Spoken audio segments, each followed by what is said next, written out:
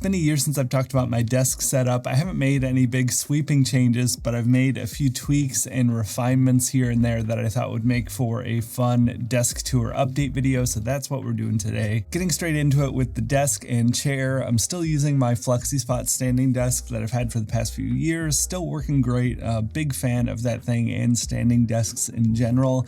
It's a 60-inch by 30-inch desk with a solid walnut tabletop. And for my chair, I have the Herman Miller Aeron. I've also had this thing for a few years and really love it. It is an incredibly expensive chair, but you can find a lot of really good deals on them. You know, I got this one used for about $200. There's a ton of repairability with Aeron chairs because they're so ubiquitous in so many offices around America and they're so well built.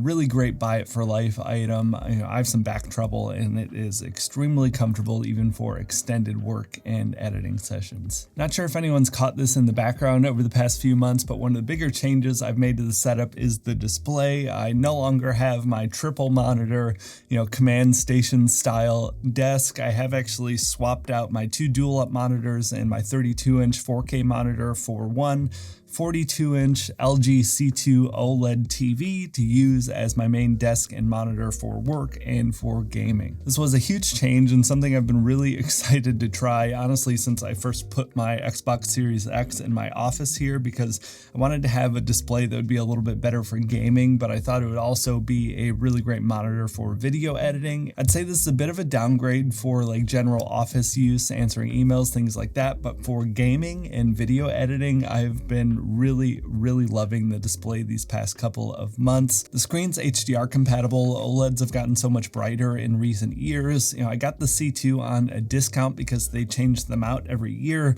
They always do those really great year-end discounts, so it really wasn't very expensive either, which is awesome.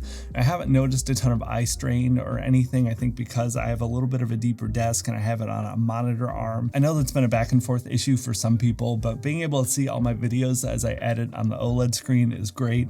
I'm deep into a Cyberpunk playthrough with the 2.0 update right now. Seeing HDR, OLED Cyberpunk looks incredible. Having good speakers and an OLED display too, I found myself watching movies in here on my downtime as well. Overall, I think it was a worthwhile upgrade and actually a little bit less expensive than my other setup, if you can believe it. I've also made some changes to my audio setup, mainly in the speakers. I was using the PreSonus Aris 3.5 speakers, which were really solid speakers for $99. I ended up upgrading to the Edifier 1280 dB bookshelf speakers for only a $50 difference, I think, for reference monitors. They are a pretty significant upgrade. Speaking mainly to the differences between the two because they're in such a similar price range, I think the Edifiers have a much more flat sound signature, which is really great for professional work and video editing. For just entertainment use, I found the bass to be a little bit light. You do have the option to add a subwoofer, which is probably something I'll be doing down the road, but the sound is very clear. The Edifier speakers have a pretty wide array of inputs, which has been really nice. They also include Bluetooth and a separate wireless remote if you want to connect your phone or other stuff and just listen to music via Bluetooth if you're using them kind of as multi-purpose speakers. Overall, I've been really happy with them, and the upgrade difference in that $50 was way more significant than I expected. Headphones are still the same. I'm using the Sennheiser HD6XX. Those are the drop.com version of the Sennheiser HD650s. They sound amazing. Honestly, some of the best headphones I've ever used. Sound quality is near flawless for something in this price range. They're super comfortable for extended wear. I tend to use headphones most of the time when I'm editing. My only real wish list item is that they had Bluetooth to connect to my phone really easily so I could use them, listening to music and podcasts around the house. But for what I use them for, they are just so great. The amp DAC combo I have is still the same. It's the JDS Labs Element 2.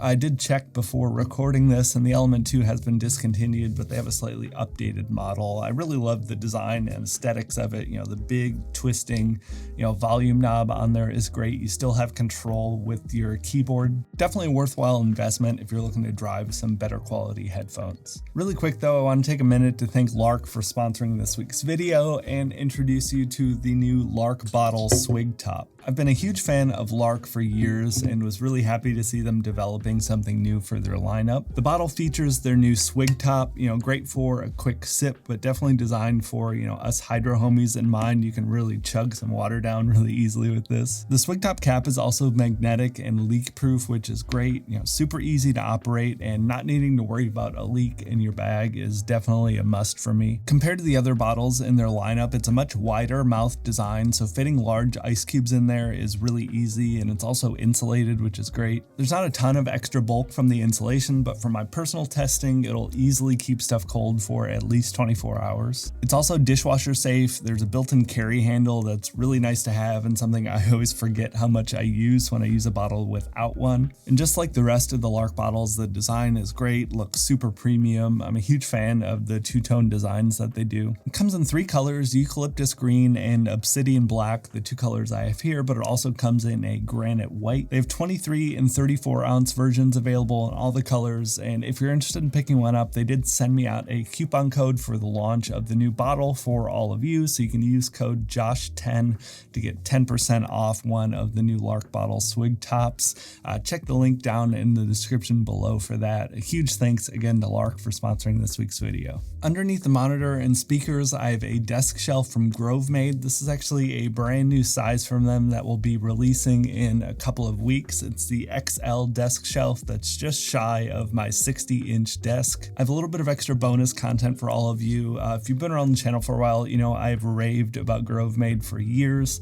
They're actually here in Portland with me as well, and I was lucky enough they invited me out to the Grovemade studio to be able to watch and film and learn about how the XL desk shelves are made. It was a really great time getting to spend the day with them, and it was so fascinating to see all of the different processes involved in creating the Grovemade products. Watching the desk shelf go from just a piece of plywood and some hunks of cork to what you see on my desk today was just really great, and getting to meet all of the people at Grovemade just added a new level of appreciation I have for their products. I got to chat and talk with so many different people on their team. The level of pride and excitement in what they're doing definitely did not go unnoticed. It was truly a great experience getting to witness all of that and to be able to meet all of the people. You see products and you hear about them online, and you don't always think about the people that put in the work to make all of that reality. I'm sure I've overlaid some footage here, but I actually shot quite a bit that day. If you want to see some extra content around my day at Grovemade, let me know down in the comments. I'm probably going to be working on another kind of separate bonus video to put out for all of you, because just such fascinating work that they're doing, and I had such a great time. I'd love to share it with all of you. Moving into some of the peripherals, I'm still using the Vissels V84 mechanical keyboard, especially for a budget mechanical. It has been really great to use. I use the blue switches, which are really nice and clicky. Also has RGB lighting and stuff. Really great keyboard if you're looking to get in something mechanical and don't really care much about modding, and you're on a bit of a tighter budget, because I know those mechanicals can get way up there in price. I am interested in trying some higher end ones out, but don't really have any complaints with this one, so I've still been holding on to it. For my mouse, I have the MX Master 3, ubiquitous favorite amongst most everyone, so no need to get into that too much. And similar to MKBHD's setup, I also have an Apple Magic trackpad. It's really great to have for the gestures and everything. I do use all of them simultaneously. It really makes the workflow feel a lot smoother and nicer. I also have my Xbox controller out on the desk and a couple of old coasters. I think they came from TJ Maxx or something, at least 10 years ago, so I couldn't track down a link or anything. Underneath all of that, I have a Grovemade. This is the wool desk mat. I believe it's the medium size. I'll be sure to put the correct link in the description. For storage, I have a few things going on, but I won't dwell too much on it to not bore everyone to death. But I have a 2-bay hard drive enclosure from Yada Master. I really like the look of it. I bought it a few years ago. It's still been working pretty well for me.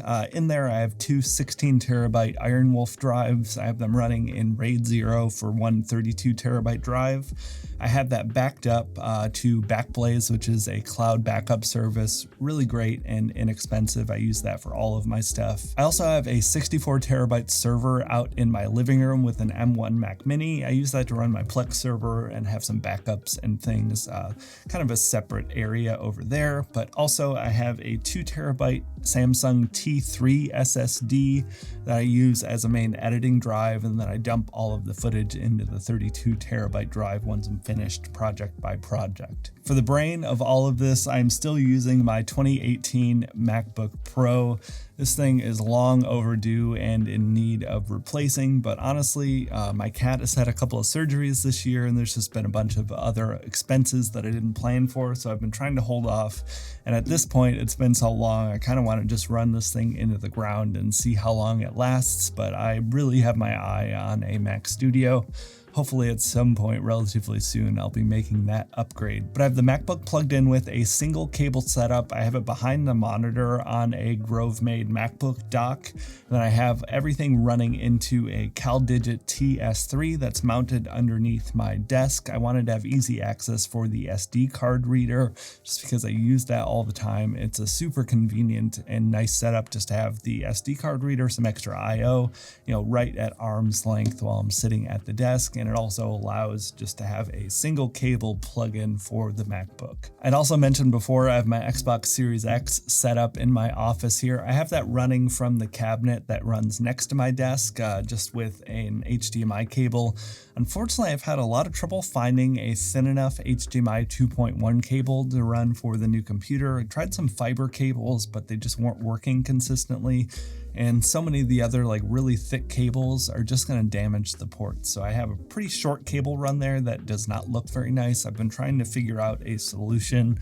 If anyone has any ideas, I'd love to hear about it. A few other miscellaneous desk items that I keep in my desk shelf. I have a Grovemade desk tray. I just keep a few pens and cables and mints and a few USB adapters and things like that I want quick access to while I'm at my desk. I also have a MIDI keyboard. It's the Akai MPK Mini Mark III. I got that a year or two ago at this point. It is so much fun to have. It's a great little keyboard for the price. I'm definitely no music production pro, but I just love, making a drink and setting up a loop and just messing around just like it's any other instrument. For charging my phone and AirPods, I have a Nomad base station. It has 2 ports on there, so I can charge them both simultaneously. It's magnetic as well, so it snaps into place with the MagSafe. Looks beautiful. It only charges at 10 watts, which is a bit of a bummer, but other than that, the thing is great. I've also been keeping my Kindle at my desk. It's just the original Paperwhite, and then I have a Grovemade full metal-based notepad that's just really nice to have around to take quick notes as I need to.